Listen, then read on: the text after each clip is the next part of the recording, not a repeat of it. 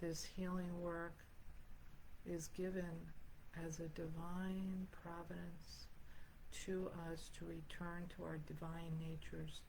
But it is our will, it is by our will that we say yes to the light. There's a lot of distractions in the world.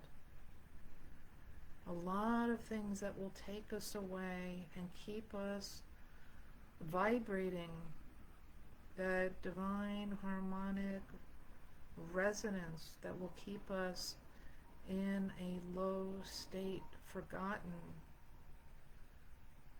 our true essence forgotten. And so we are the tuning forks of the universe, and with our own healing work, we can reframe, retrain, up level, and hear the true machinations of the universe, the true song of the divine.